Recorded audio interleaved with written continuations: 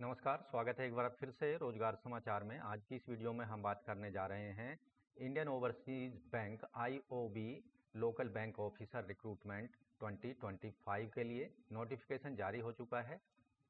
तो दोस्तों, Indian Overseas Bank local bank officer LBO recruitment 2025 के लिए 400 पदों पर आवेदन आप केवल ऑनलाइन मोड में कर सकते हैं। पदों से संबंधित डिटेल जानकारी इस वीडियो में आपको मिलने वाली है, इसलिए वीडियो को शुरू से अंत तक बिना स्किप किए हुए जरूर देखें। साथ ही वीडियो को लाइक कर दें, अपने दोस्तों में शेयर कर दें। चैनल पर पहली बार आए हैं तो चैनल को सब्सक्राइब कर लें और बेल आइकन को जरूर दबाएं। चलिए शुरू करते हैं।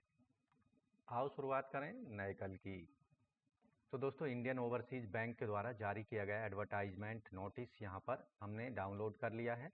12 मई को जारी किया गया है। Recruitment of local bank officer 2025-26 के लिए इंडियन सिटीजन से केवल ऑनलाइन मोड में आवेदन मांगे जा रहे हैं 400 पदों पर। लोकल बैंक ऑफिसर का जो वेतनमान स्केल होगा वो होगा JMGS स्केल 1 में। तो यहाँ पर 31 मई 2025 तक अप्लाई कर सकते हैं केवल ऑनलाइन मोड में IOB.in की वेबसाइट पर जाकर। अन्य माध्यम से भेजे गए ऑफलाइन मोड में एप्लीकेशन फॉर्म को रिजेक्ट कर दिया जाएगा। तो ऑनलाइन एप्लीकेशन फीस और इंटीमेशन चार्ज आप 31 मई तक पेमेंट कर सकते हैं।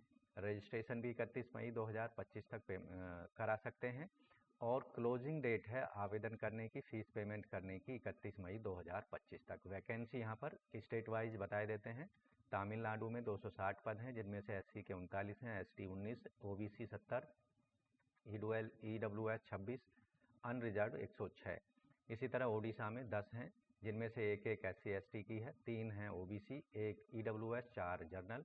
महाराष्ट्र में है 45 पद हैं, यहाँ 7 SC, 3 ST, 12 OBC, 5 EWS, 18 unreserve. Gujarat में 30 पद हैं, 5 SC, 2 ST, 8 OBC, 3 EWS, 12 हैं अनरिजर्व। इसी तरह वेस्ट बंगाल में 34 पद हैं, SC 5, ST 3, OBC 9, EWS 3 और जनरल 14।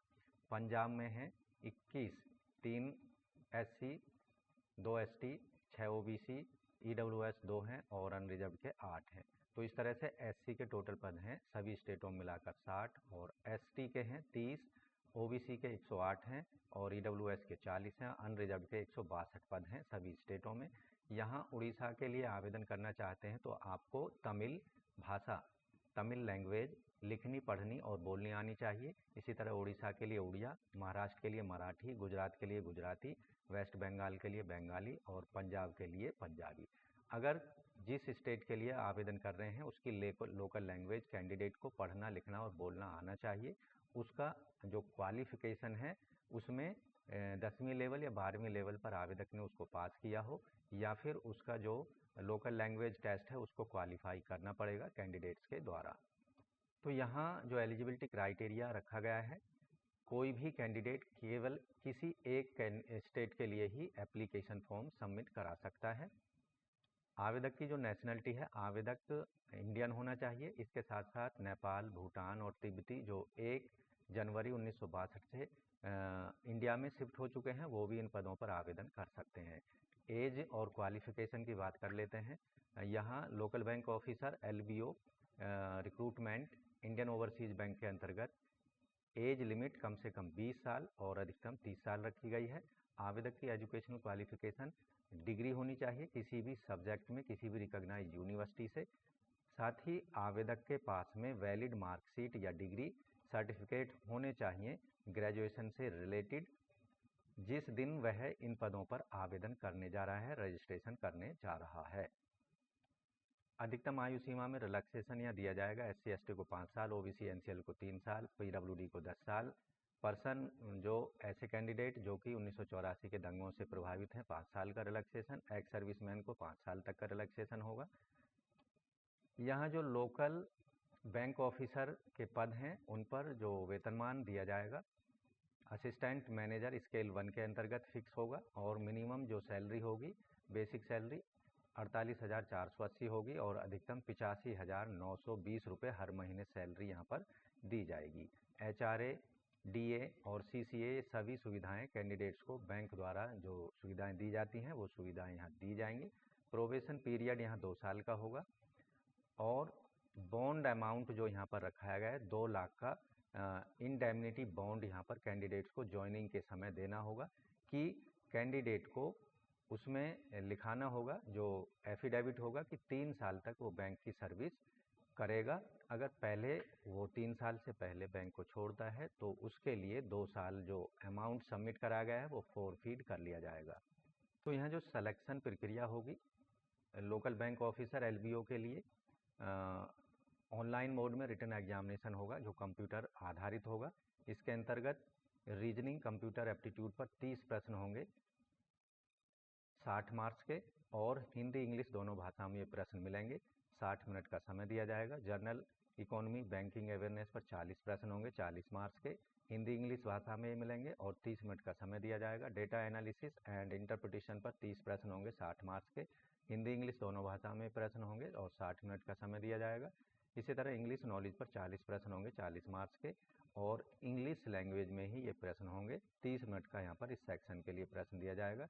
तो यहाँ आपको एग्जामिनेशन, क्योंकि ऑनलाइन मोड में कंप्यूटर आधारित होना है, इसलिए अपना जो समय है या टाइम है उसको मैनेज करके चलना है, क्योंकि आपका एक बार जिस सेक्शन के लिए टाइम दिया गया है वो ख़त्म हो जाता है तो वो क्वेश्चन आपको दोबारा से आपकी स्क्रीन पर नहीं अवेलेबल होंगे। तो आपको टाइम मैनेजमेंट बहुत ज़रूरी है इस रिटन एग्जामिनेशन के लिए। तो टोटल क्वेश्चन होंगे रिटन एग्जामिनेशन में 140 और टोटल निर्धारित अंक होंगे 200। टोटल समय जो होगा रिटन एग्जामिनेशन का 3 घंटे का होगा। यहाँ आपको सेक्शनल वाइज क्वालिफाई करना होगा, यानी reasoning, general economy banking awareness, data analysis और इंटरप्रिटेशन इंग्लिश नॉलेज में अलग अलग कम से कम 30% मार्क्स लाने होंगे और एग्रीगेट 35% मार्क्स लाने होंगे अनरिजर्व वर्ग के कैंडिडेट्स को। तो ध्यान रखना है हर सेक्शन में आपको अलग अलग मार्क्स लाने हैं। अगर रिजर्व कैटेगरी को बिलोंग करते हैं तो 30% और जनरल कैटेगरी को EWS और PWD को माफ़ कीजिए OBC को तो 35% मार्क्स लाने होंगे। याद रखना है रिटन एग्जामिनेशन में नेगेटिव मार्किंग भी होगी। अगर किसी प्रश्न का आप गलत उत्तर दे देते हैं तो 1/4 यानी 0.25 मार्क्स आपके पेनल्टी के रूप में, नेगेटिव मार्किंग के रूप में काट लिए जाएंगे। ऐसे सभी कैंडिडेट जो रिटन एग्जामिनेशन को क्वालिफाई कर लेंगे उनको प्रोफिशिएंसी लैंग्वेज प्रोफिशिएंसी टेस्ट को क्वालिफाई करना होगा। इसके अंतर्गत जो लोकल लैंग्वेज है, जिस स्टेट के लिए एप्लीकेशन फॉर्म सबमिट कर रहे हैं वह लैंग्वेज आपको रीड करनी आनी चाहिए, राइटिंग करनी आनी चाहिए और स्पीकिंग आपको आनी चाहिए उस लोकल लैंग्वेज की। इसके साथ ही जो लोकल लैंग्वेज आपने सेलेक्ट की है वो 10वीं या 12वीं स्टैंडर्ड में आपकी मार्कशीट में वो मेंशन होनी चाहिए, यानी आपने 10वीं या 12वीं क्लास में उसको पास किया होना चाहिए। ऐसे कैंडिडेट जो कि रिटन एग्जामिनेशन को क्वालिफाई कर लेंगे, पर्सनल इंटरव्यू के लिए उन्हें बुलाया जाएगा। ऑनलाइन रिटन एग्जामिनेशन और LPT local language proficiency test को क्वालिफाई करने वाले कैंडिडेट्स को पर्सनल इंटरव्यू के लिए कॉल किया जाएगा।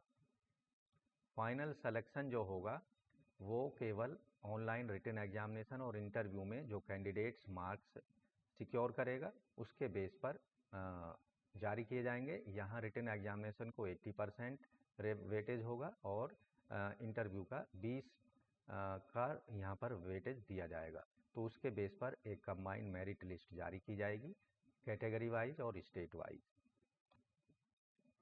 तो दोस्तों यहाँ IOB local bank officer recruitment 2025 के लिए जो एप्लीकेशन फ़ीस है SC ST PWD को इंटीमेशन चार्जेज के रूप में 175 रुपये पेमेंट करना होगा।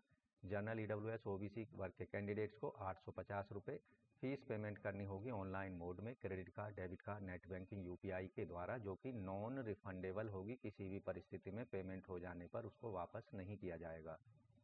फीस पेमेंट हो जाने पर आपको उसका रिसिप्ट जनरेट होगा, उसका प्रिंट आउट लेकर फ्यूचर रेफरेंसेस के लिए आपको अपने पास रख लेना है।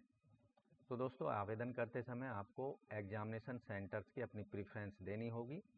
एग्ज़ाम सेंटर्स की स्टेट वाइज यहाँ पर आपको एग्जामिनेशन सेंटर्स की लिस्ट दी गई है। आप अपने नियरेस्ट और मनपसंद के जो एग्ज़ाम सेंटर्स हैं उसकी प्रेफरेंस एग्जामिनेशन के लिए अप्लाई करते समय एप्लीकेशन फॉर्म में आप दे सकते हैं।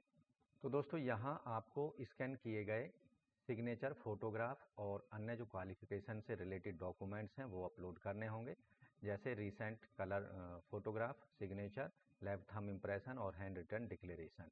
फोटोग्राफ का जो साइज़ होगा वो जेपीजी फॉर्मेट में 20 से 50 केबी तक अपलोड कर सकते हैं, और इसके बाद में आपको फ़ोटो कैप्चर आपको करना होगा जब आप ऑनलाइन अप्लाई करेंगे कैमरा के सामने।